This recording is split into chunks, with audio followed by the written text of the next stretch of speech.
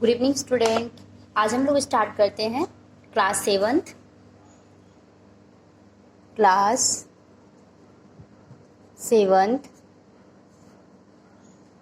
Chapter 2।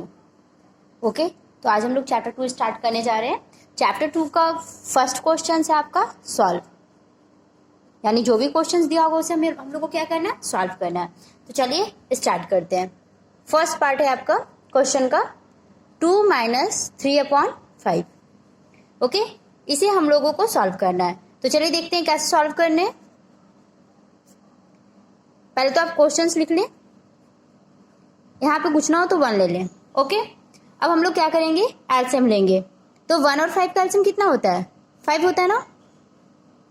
1 की table में 5 कितनी बार में आता है, 5। तो 1 × 5 माइनस 5 की टेबल में 5 कितनी बार में आता है, 1, क्योंकि 5 1 जा 5, तो 3 1 जा 3। यहाँ पे 2 होगा, सॉरी, क्योंकि यहाँ पे 2 है ना, तो यहाँ पे 2 लेंगे, 2 × 5। ओके, अब 2 × 5 कितना होता है, 10। 10 - 3/5, क्या आंसर आ गया आपका, 7/5।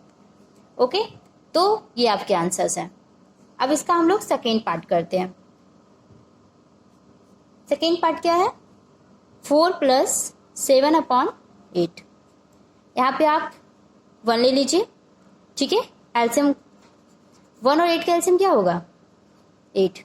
1 की टेबल में 8 कितनी बार में आता है, 8। तो 4 × 8। 8 की टेबल में 8 कितनी बार में आता है, 1। तो 7 × 1, 4 8 जा 32, 32 + 7/8 कितना हो जाएगा, 39/8। Okay, complete. चलिए हम लोग नेक्स्ट क्वेश्चन करते हैं इसके थर्ड पार्ट को।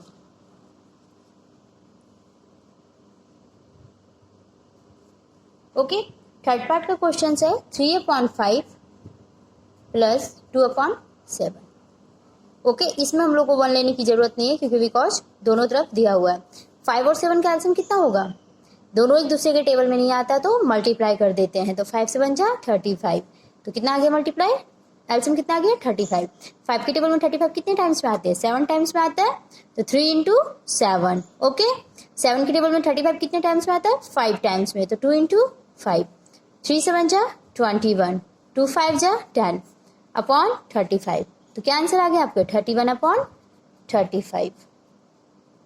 ओके, समझ आ गया ना आप लोगों को। चलिए इसके फोर्थ पार्ट अटेम्प्ट करते हैं। फोर्थ पार्ट है बच्चों 9/11 - 4/15। अब आप क्या करोगे, सबसे पहले एलसीएम लोगे 11 एंड 15 का। देखो 15 की टेबल में 11 नहीं आता, 11 की टेबल में 15 नहीं आता, तो 11 × 15 कर देते हैं। 11 × 15 कितना हो जाता है, 165। ओके, अब देखिए 11 और 15 का आप एलसीएम कितना ले लेंगे, 165। 11 की टेबल में 165, जब भी अगर अलग अलग टेबल में आए, मतलब 15 11 में नहीं आता, 11 15 में नहीं आता, तो यहाँ पे 11 के टेबल में 165 कितने बार में आएगा, 15 टाइम में। ओके, हमेशा क्रॉस मल्टीप्लिकेशन करके सॉल्व करते हैं। ओके, तो यहाँ पे लिख दो आप 9 × 15 और 11 × 4। ओके, ये क्रॉस मल्टीप्लिकेशन हो जाता है जब भी अलग अगर, क्योंकि 15 के टेबल में 11 नहीं आता, 11 के टेबल में 15 नहीं आता, जब भी अलग अलग टेबल में हो, दोनों एक दूसरे में नहीं आता हो, तो क्रॉस मल्टीप्लिकेशन करके सॉल्व करते हैं। ओके, आप उतना टेबल मत पढ़ने लग जाना, तो बहुत ज़्यादा टाइम लग जाएगा। 15 9 जा कितना होता है, 135, 11 4 जा 44। ओके, अब 135 को आप 44 सब्ट्रैक्ट कर लोगे तो 91। ओके, तो कितना आंसर आ गया, 91/165। ये आपके आंसर आ चुके हैं फोर्थ पार्ट के। ठीक है, चलिए अब इसका नेक्स्ट पार्ट भी हम लोग सॉल्व कर लेते हैं। Fifth part. Okay, fifth part solve करते हैं।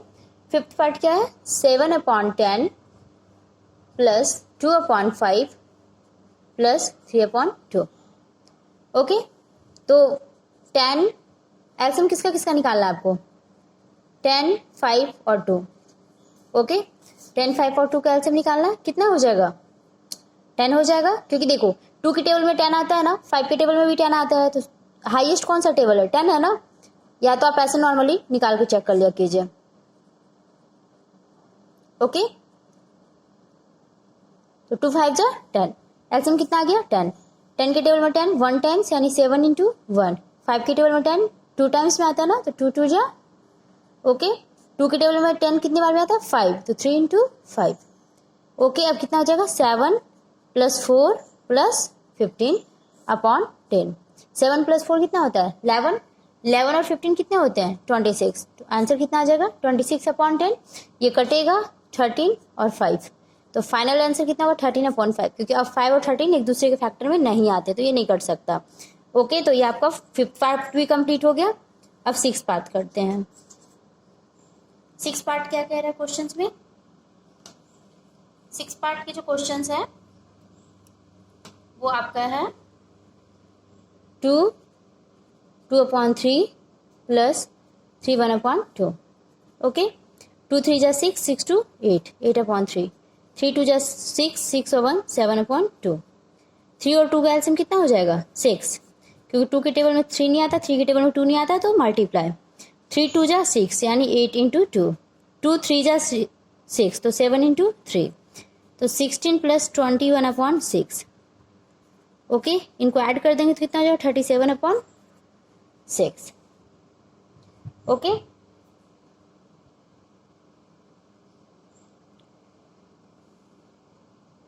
हमारी ये आंसर आ चुका है, ठीक है। 6 भी कंप्लीट हो गया अब आप लोग का। अब आप लोग करेंगे 7, ये लास्ट है इसका, लास्ट। चलिए कर लेते हैं 7 में क्वेश्चंस क्या कह रहा है 8 1/2 -3 5/8। 8 2 जा 16 1 17/2 -8 3 जा 24 और 5 कितना होता है 29/8 ओके। अब क्या करोगे 8 और 2 का एलसीएम 8, 2 के टेबल में 8 4 टाइम्स यानी 17 इंटू 4। 8 के टेबल में 8 1 टाइम्स 17 4 जा 68 -29/8। अब इसको आप सब्ट्रैक्ट कर दो 68 को 29 से।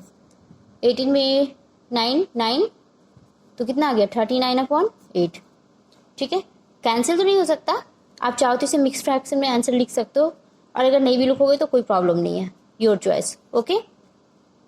ठीक है बच्चों, समझ आ चुका है। तो ये हमने सारे क्वेश्चंस कर लिए हैं इस टाइप के।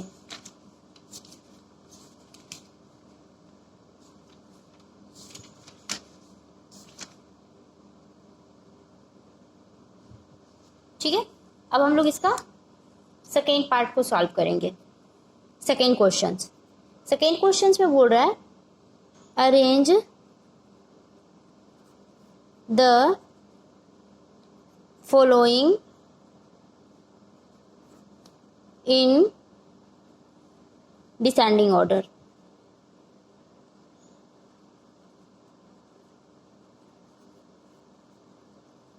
ओके, अब आप देखो फर्स्ट पार्ट में क्या है 2/9 2/3 और 8/21। इसे आपको डिसेंडिंग ऑर्डर में करना है। कैसे करोगे, सबसे आसान तरीका है इन तीनों का एलसीएम ले लीजिए। ठीक है, अगर आप एलसीएम लेते हो तो 3 के टेबल से लेते हैं 3 3 जा 9 3 1 जा 3 3 7 जा 21, ये 21 है ओके। अब नहीं होगा एलसीएम क्योंकि अब अलग अलग टेबल में आ चुका है, तो 3 3 जा 9 9 7 जा कितना हो जाएगा 63 ओके। 63 आ गया ना। अब सबके टेबल से आप चेक करते जाओ, सबको इक्वल हमें बनाना होगा। देखो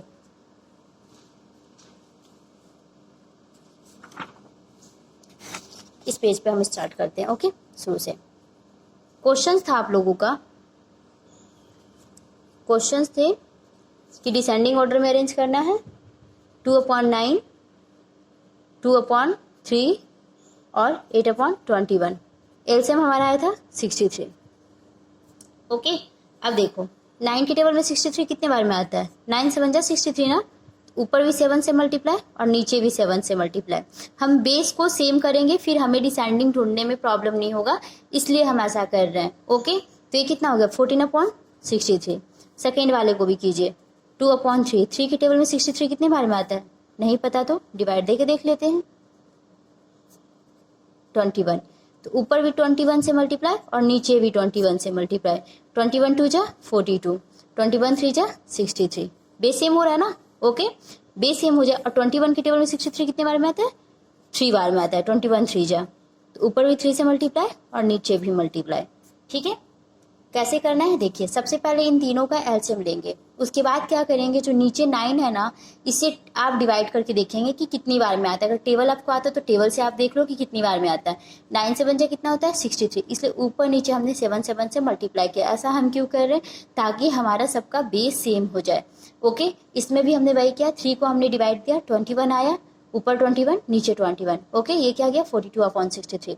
इसको भी हमने वही किया। ठीक है, 21 के टेबल में 63 3 टाइम्स में आता है, तो हमने 3 से डिवाइड किया, वो सॉरी मल्टीप्लाई किया। तो अब हमारा सबका बेस सेम आ चुका। डिसेंडिंग ऑर्डर में क्या होता है? सबसे बड़ी वैल्यू को सबसे पहले लिखना। तो सबसे बड़ी वैल्यू किसके पास है? इसके पास है ना, यानी इस वैल्यू को आप सबसे पहले लिखेंगे। क्या लिखेंगे? 2/3। 2/3 के बाद क्या आ जाएगा आपका? 2/3 के बाद 8/21 और उसके बाद 2/9। ओके, आई होप आप लोग समझ चुके होंगे। ठीक है, कंप्लीट हो गया ये। अब इसका सेकेंड पार्ट कंप्लीट कर लेते हैं।